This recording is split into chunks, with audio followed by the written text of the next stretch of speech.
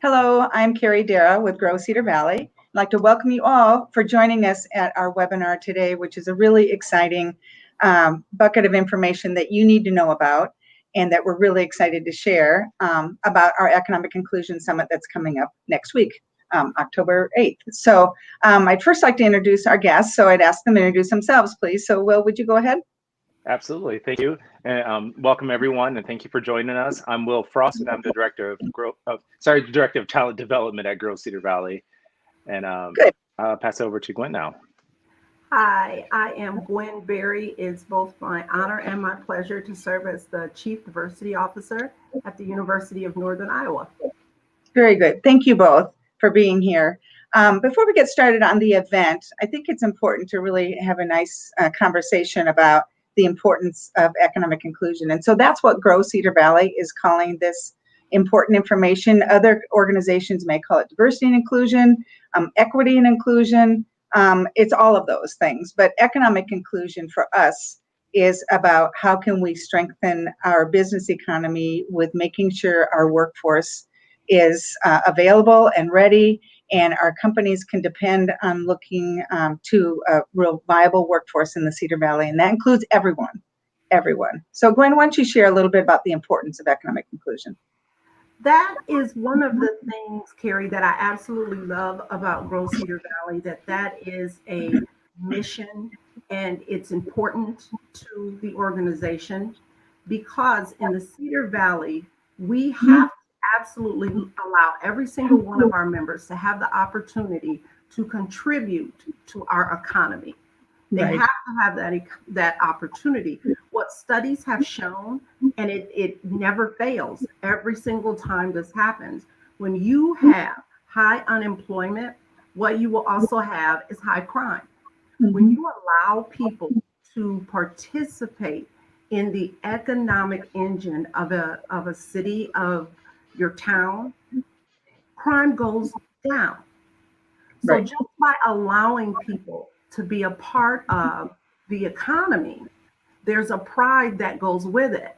You also see people wanting to take care of their community. They want to take care of the other people in their community, of the things in their community, the parks. They want to be part of it as well. So you absolutely, this is one of the things that I say about diversity and inclusion. When you bring people in and you educate them, you help them get the training that they need so that they can participate in the economy, you do a couple of things. First, you contribute to the economic engine. You help the community to become the community it wants to be. Right. Also, keep yourself from intentionally growing an underclass. You don't want to grow an underclass, because if you do, what you have are people who don't contribute to the economy. They take from the economy. And nobody wants to be that person or be that group. Everybody wants to be contributing to the economy. And this conference helps us do that in so many ways. Absolutely. And so when you talk about unemployment, of course, we started economic inclusion, diversity inclusion long before COVID. I mean, we as an organization started in 2012, recognizing this is a very important part of the participation of, as you just mentioned, everyone in our community helping contribute to the economy. And then COVID, but there still is, so unemployment is higher for much different reasons, but we still need to plug people back into the economy. They may not be plugged back in where they previously worked or were trained for. So how do we get them into those capacities where they can provide and contribute just as much? So, Will, I'll take it to you now, if you wouldn't mind. So who should be, I mean, we all know that we're excited about this summit, but who else should be paying attention to what's going on at this summit next week? So it's kind of an interesting thing. It's really any decision makers and people who work in HR at the organizations, but really it's anyone who really cares about inclusion in the workplace. It's a really collective effort. And so what's nice about this conference, not just that it's virtual, but it's really accessible to everyone at different levels within the organization. We really like to have those decision makers there because those decision makers influence policy, within an organization, and that policy, it's what's going to be the driving engine behind that inclusion within the organization. And it's hard work, but it's work worth doing. Worth and it. and Exactly. It just comes back to, excuse me, but it comes back to what we all know as far as strengthening our culture. I mean, our professional culture, our office culture, our organizational culture, and that really does contribute to that, just as you identified. So. Yep.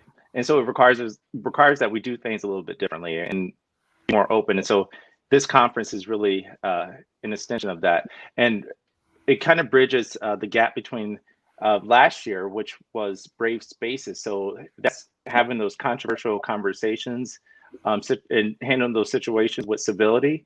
This is that step further where we're having these very real, very honest conversations of what can we do? What's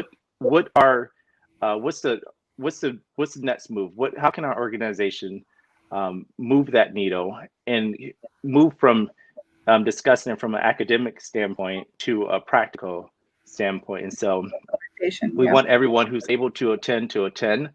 We encourage people who are either entrepreneurs or just social leaders or whoever that might be, but definitely we'd like to see those decision makers and policy makers present. I think it really allows us to really cross-pollinate our ideals and thoughts, but also gain that information that's going to help move it forward for the whole Cedar Valley and the greater community at large. Right. Well, do you mind if I add? Please. Absolutely. Jump in. Grow Cedar Valley has always tried really hard to, and very intentionally, to have decision makers at the conference. One of the things that happens with decision makers is we know they have very full plates. So this is a day and a couple of hours where they can gather some extremely important information about how their workforce is changing, and as it's changing, what sorts of needs their workforce has. So it's imperative that they are there. It helps them also see the truth, because we aren't always honest when the decision maker is in the room. Aren't always honest at work when they come around. Right. We give them what we think they want to see and hear. Right. So it's really important that they see, here's what it's starting to look like. Mhm. Here's the things that people are struggling with, and here's how you can recognize it and help it. Very good. So let's be specific. Next week, October 8th and 9th, it's Engage, Empower, and Act. That's the title of this summit, and it couldn't be more perfectly timed, especially with what's going on right now. So let's talk specifically both about what's going to be included in this day and a half or 2 half days, however much you're going to participate in, and how can you access registration. So Will, do you want to start, or Gwen? I don't care. Well, I can start it off. Registration is open, and you can find that information on our website at growcedarvalley.com. You can click on the events, and the event will be October 8th and 9th. And so it's really super easy. You can just register from there. The cost is $50, but we do want to make sure that everyone know that we don't want it to be cost prohibitive. So if there are some scholarship opportunities for those who need it. And so if you feel that you need it, you would like to attend, or it's important for you to attend, but you don't have the financial resources to do so, please contact us, and we'd be happy to still get you in. But it is it's a 2-day event for this with 4 follow-up meetings for the next 4 months. So we're gonna keep the discussion going. So it's really kind of nice that it's not just a one-time thing. It's a follow-up. I think when it looks like you want to say something, but if not, okay, I keep going. I would make. We both know that after the conference, everyone gets very energized, they're invigorated, and the question is always, what do we do now? Right. Well, with this one, because we have this virtual opportunity, people will be able to continue having this conversation with colleagues, with people they met at the conference, and talking about, hey, here's what's happening at my workplace. Here's what I think might help. Does anybody have any thoughts on that? this is going to be really special to have that conversation continue for 4 months. I think we're going to see some really interesting and fun things happen.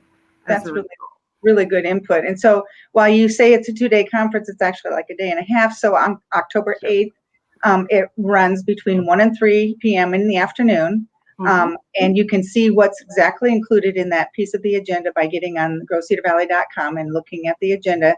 And then it goes over to the next day, Friday, the 9th, from 8 a.m. to 2 p.m. Yes. So, and you'll have to bring your own lunch, but that's okay. But I would like to mention that, as Will said, that there are scholarships available. That's because we have some businesses who have stepped up and want to make sure that people who should be at this conference are not, as you said, prohibited because of finances. So we have businesses who stepped up to help with these scholarships. So please let us know if you need one, or if you have a couple people you work with, let us know and we will connect that resource for you. But again, and then the keynote speaker, Gwen, why don't you speak a little bit about Kevin, if you would? Absolutely. I have had the opportunity, and it was an opportunity, a huge one, to hear Kevin Warren speak before. So Kevin Warren is the commissioner for the Big Ten. He is the first Black commissioner of a Power 5 league. He, very soon after starting in the Big Ten, he started an anti-hate, anti-racism coalition within the league. And he also started looking around and saying to the people who worked in the Big Ten, why is it that the vast majority of the athletes on the football field, for instance, are men of color, but the people out there doing the officiating are white, overwhelmingly white? Why is that the case? I should imagine that if you can play the game, you can officiate the game. So he put money where his mouth is and said, I want you to take this money and I want you to take a look at what's happening. And then we want to start recruiting people. We want to diversify our officials. I want to see women. How come we don't have women officiating? Women like football, women like and play basketball and any other sport. So he's recruiting people into that circle so that they can train them, educate them, and get them out there on that field or on the floor for the Big Ten. And he has said openly he wants that Big Ten to be the leader when it comes to talking about diversity and inclusion in college athletics. Awesome. So he also is one of those people, he and his wife, they don't talk about diversity and inclusion, they simply do it. And they have their own foundation. They both speak, and they've been leaders in buying uniforms, for instance, for teams that aren't able to afford them where they live. They're right in Chicago right now since he's moved to the Big Ten. Right. So those are the sorts of things that they do, supporting young girls in athletics, just so because they believe in diversity and inclusion. And Kevin is one of those speakers he's adept at making you laugh, but at the same time making you think. I still harken back to the time that I had the opportunity to speak, to hear him speak, I should say. And we had about 200 people on a call listening to Kevin speak, and no one wanted it to end. Right. So what I've been consistently telling people is, you want to hear this man speak. Right. It'll be exciting to hear his message, that's for sure. And in addition to Kevin, we have several breakout sessions, opportunities that you can take a look at the agenda, sign up for the one that and there's more than one opportunity that you want to either participate in or listen to, with really, really good speakers and facilitators that are going to be leading those discussions too. So what else do our audience members need to know before we turn it over to them to get on the registration? Well, I just want to just quickly jump in real quick and include in this, we're going to discuss other topics, not just race. Race is important, but we're going to discuss topics that involves the LGBTQ community and various other groups. Like was mentioned before, when we talk about economic inclusion, we really are talking about People with providing access disabilities. to everyone, Right. and we mean Mhm. everyone. And so it's a broad category that we're gonna cover. So we're gonna have breakout sessions for that. And I just want to kind of comment on Commissioner Warren too. You were spot on, head on, Gwen, when you say that he's been doing this. This is, as my good friend Sharino says, this is life work. This type of work is not something you just do. This is something you live and breathe, and he's been doing it for years, even before his tenure at the Big Ten. When he was at the Minnesota Vikings, he did the same thing and before. And so this is something a challenge for everyone, that we all have to work at creating inclusive environments. Right. And those inclusive environments will attract the diversity that we need in our organizations, and the talent, and the brain power. You only have so much now perspective, and if everyone in your organization has the same perspective, you're losing so much. And so Right. it's important. Right. Well, good. And first of all, I want to thank both Gwen and Will, not only for being here today, but you wouldn't believe the tens of hundreds of hours that this group has put together and dedicated to make sure that this is a quality event, because we're doing it uniquely different.